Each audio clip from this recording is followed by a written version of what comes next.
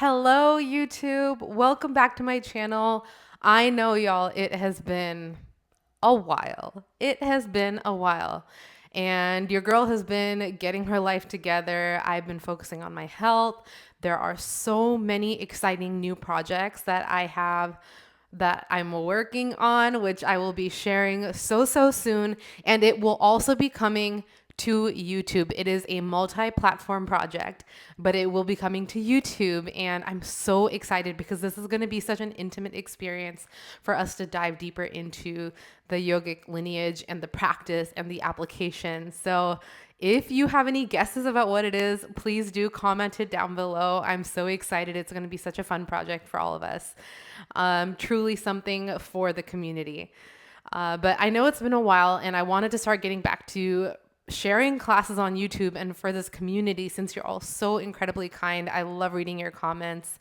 And I just know I've had to step away for a little while, but I am back. I'm recommitting and I have learned better time management. So today's class is going to be a prop focused class. Because why not, right? It feels very on brand. When life gets hectic, or whether or not life gets hectic, it's always good to have a good support system in place, especially for when it does get a little bit off the rails. You want that support, but sometimes having it the whole time helps you go a bit farther, a bit longer, and makes things more sustainable. So today we will be using my favorite props ever, blocks. I use these every single day without fail in my practice. I'm definitely one of those people who had the stigma about using props for a long time just because that's how the industry made it. That's how it made it. But we're going to be undoing all of that. So please have some blocks on hand for your practice today. I will be cueing them throughout practice. And it's going to be a basic flow today because I want to get you used to moving with props. I want you to normalize having them on your mat in your practice. So we're not going to be doing anything too wild. I just want you to get used to sharing space on your mat for a couple of blocks. So let's go ahead and come down to a seat. You can either cross your ankles and sit with your knees out wide or sit back on your heels. I tend to alternate based on how my body is feeling. So go ahead and come down and take a seat. On the inhale, let's flip the palms, lift them up and overhead. Take that deep breath in, stretch the palms all the way. I always yawn the first time I do this. It's just like kind of like a baby coming out of a swaddle. It's delicious. Exhale, press the hands back down. So notice how that feels in the body. This time we're going to add something. So go ahead and grab a block in each hand. Inhale, let's lift them up. And at the top of the breath, you're going to press the blocks up towards the ceiling or the sky, wherever you are. I don't know if you're outside. On the exhale, you're going to bring your hands back down, but I want you to imagine you're pulling these blocks weigh maybe 3 times as much and you're pulling them down. Inhale, lift up, press the blocks up at the top of the breath. Exhale, press the blocks back down. Last time, inhale, lift up. Exhale, press the blocks back down. Go ahead and drop them down. Inhale, lift up. On the exhale, we're going to cactus the arms all the way down. So for this one, I want you to imagine that you have a block. So we're going to just use our imagination for this one. On the cactus, we're going to imagine there is a block between our shoulder blades and that we are squeezing it there to keep it there. Inhale, lift up. Exhale, squeeze the block in your brain. Inhale, lift up. Exhale, squeeze down. Inhale. This time on the exhale, we're going to drop our right hand down to the mat. We're going to use our block in the left hand to reach it up and overhead for a side bend. Inhale back to center. Feel free to grab the right block. Exhale, side bend over to the left. Now, the reason we're going to have the block underneath our hand that's closer to the mat is because I want you to get used to not collapsing down onto your hip. I want you to keep yourself straight and upright and instead bend from the side. We're not going to collapse. We're simply bending. Inhale back to center. Exhale over to the right. Inhale to center. Exhale to the left. So notice how having the prop on the mat keeps you a little bit more elevated. Inhale to center. Exhale, we're going to do an open twist to the right. So we're going to have a block in each hand, and this actually makes it harder. So contrary to what most belief or what the common belief is about props making things easier, sometimes it actually adds a level of spice to your practice. So keeping the blocks in our hands in an open arm twist adds resistance to this practice, makes it a little bit more of an arm workout, gives our core a little bit more reason to engage. And you can press the right block back to help open up your twist even more. Inhale back to center. Exhale, open arm twist to the left. Let's scoot over a little bit. Inhale back to center. Exhale, twist right. Inhale back to center. Exhale, twist left. Inhale back to center. Exhale, go ahead and drop the blocks back down to your mat. We're going to come into a tabletop position. Again, have the blocks underneath your hands or handy nearby. So we're going to go for a little bit of cat-cow moving into tiger pose of Vajrasana, but we're going to make it dynamic using the blocks to make it a core workout. So for cat-cow, you don't really need to have the blocks unless you want them to. Be there under your hands to elevate the floor. Up to you. Let's take an inhale, open the chest. Exhale, round down. Inhale, open. Exhale, close. Press the mat away with your hands. Press into the tops of your feet. This always helps to help me lift my spine up a little bit more. Inhale to cat pose, to cow pose. Exhale to cat. Come back into a neutral tabletop, and we're going to shift into our balancing posture. So first, let's start with bird dog before we get to tiger. Moving through all the animals today. Go ahead and shift your right block onto its medium height. So not on its lowest, on its second setting, not the tallest. So there's 3 different settings. We're going to have it on its medium height. We're going to go ahead and extend the left leg behind us. Press your heel back. You're going to lift the right arm forward using the block in your hand as a little bit of extra resistance. Go ahead and drop the hand down, drop the knee down onto the left side. We're going to lift the right leg up. Press the heel behind us, left arm ahead with the block in hand. Drop it down. So we're just going to take our time alternating left hand, right leg, right hand, left leg. So find some stability here from the core. Trying to keep your hips level without opening them up too much. Active through the fingertips all the way to the heels, to your toes. And after your last one, let's come back to a neutral tabletop.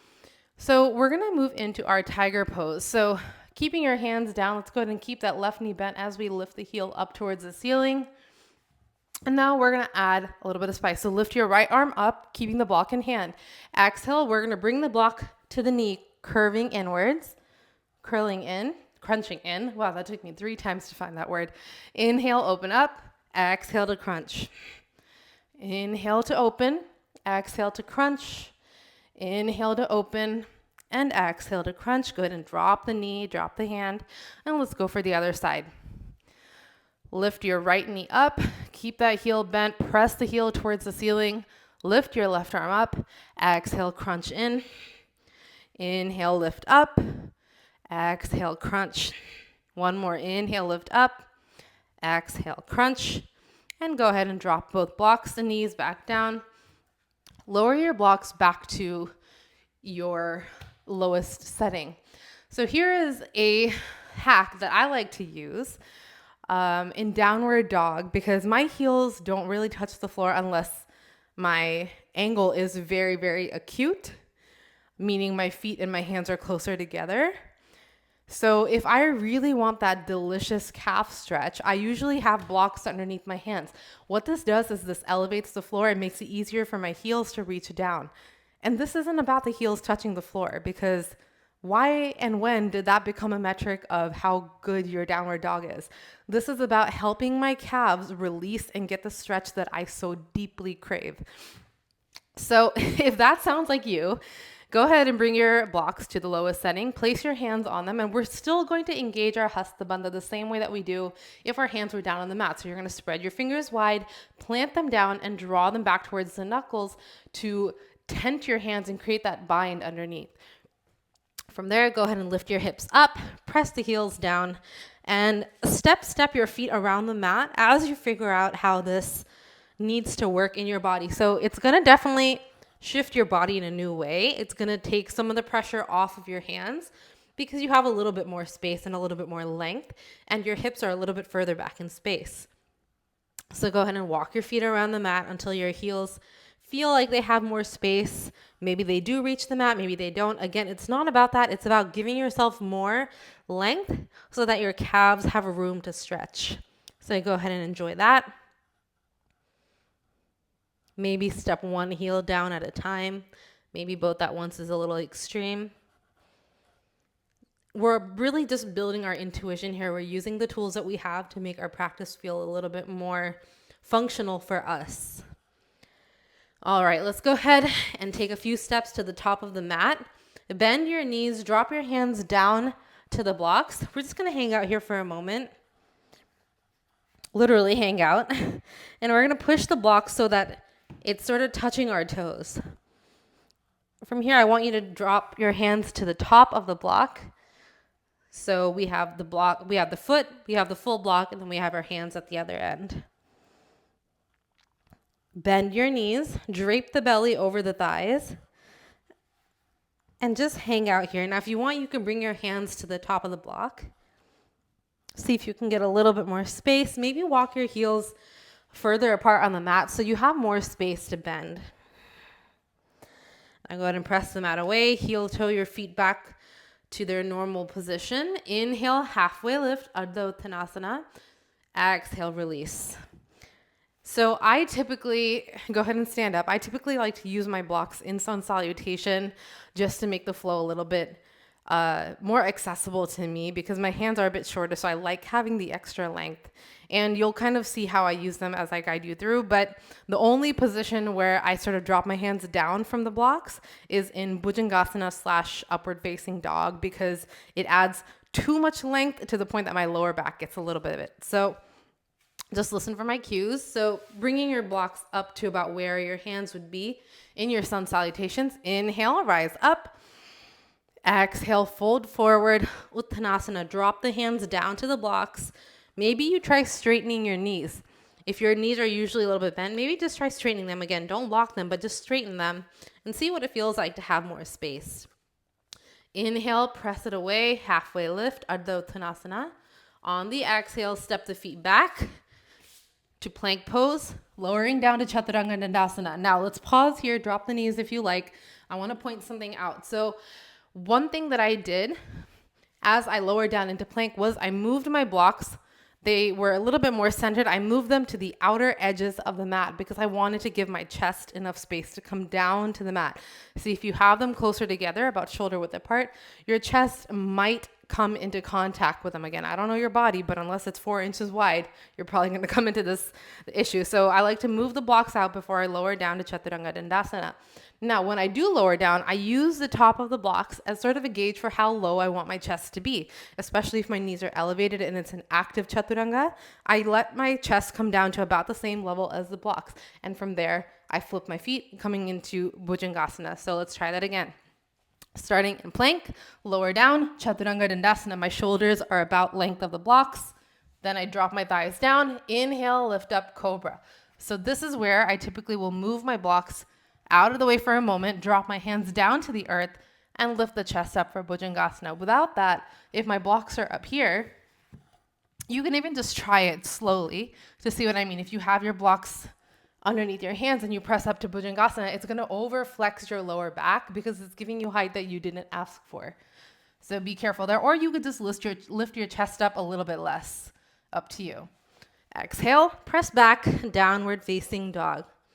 Again, take your time, pedal the feet out, explore this in extra length, what that feels like. You can still step your feet closer to your hands. There's nothing wrong with that. Inhale, gaze forward.